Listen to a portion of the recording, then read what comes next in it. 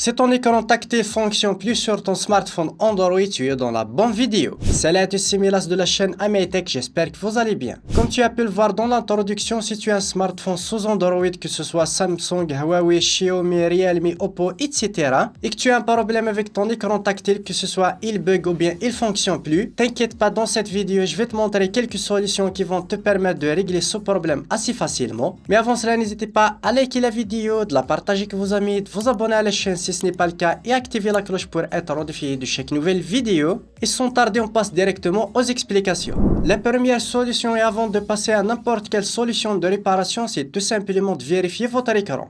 Pour ce faire, vérifiez si l'écran n'est pas fissuré, rayé en profondeur ou bien de présence des pixels morts. Ensuite, vérifiez les éléments et accessoires qui peuvent empêcher votre écran de répondre à vos manipulations en enlevant le film de protection, vos gants et nettoyer la partie tactile. Deuxième solution, il se peut que votre smartphone rencontre juste un petit bug système et des fois, il nécessite juste un redémarrage de votre smartphone qui peut régler certains problèmes. Pour forcer le redémarrage, appuyez sur les deux boutons volume bas et le bouton power jusqu'à ce que le logo Samsung apparaisse sur votre écran. La dernière solution et celle que je vous recommande, si aucune de ces méthodes ne fonctionne avec votre cas, c'est de réparer le système de votre smartphone grâce à un logiciel professionnel. Et pour ce faire, on va utiliser un logiciel professionnel de chez Tenorshare Reboot pour Android. C'est un logiciel simple et intuitif. En quelques clics, vous pouvez réparer n'importe quel problème lié à votre smartphone Android. De toute façon, je vais mettre les liens dans la description. N'hésitez pas à checker le lien, télécharger et le tester. Et sur ce, on passe directement aux explications sur le PC et le smartphone. Je vous laisse la page produit du téléchargement Tenorshare Reboot pour Android, que ce soit dans la description ou bien dans l'espace commentaire si vous voulez en savoir plus ou bien télécharger le logiciel. Puisque c'est la fin d'année, vous avez des promotions et des jeux concours qui vont vous permettre de gagner des iPad Pro ou bien directement des réductions intéressantes. On va installer et ouvrir directement le logiciel, c'est assez simple et intuitif, vous avez toutes les options et c'est réparation système Android.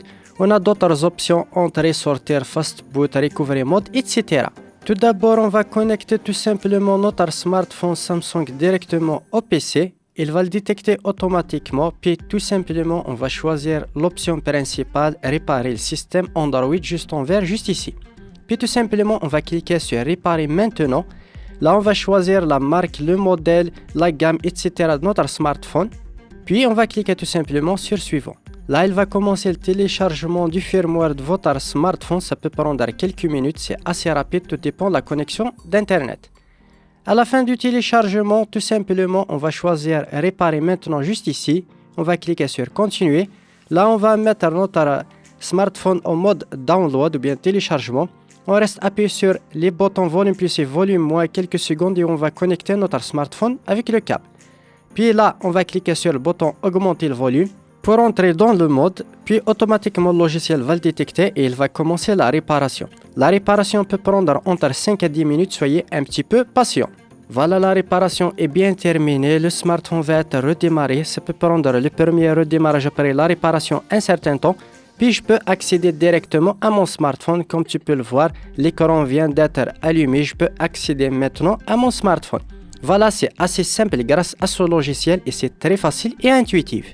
De toute façon, tous les liens seront dans la description si vous voulez en savoir plus. Voilà, on arrive au terme de cette vidéo. J'espère qu'elle vous aura plu. N'hésitez pas à me le faire part dans les commentaires. Lâchez un gros pouce bleu pour soutenir la chaîne. Si vous avez d'autres suggestions, des questions, n'hésitez pas à me le faire part dans les commentaires aussi. Vous abonner à la chaîne si ce n'est pas le cas et activer la cloche pour être notifié de chaque nouvelle vidéo. Et sur ce, je vous donne rendez-vous dans une prochaine vidéo.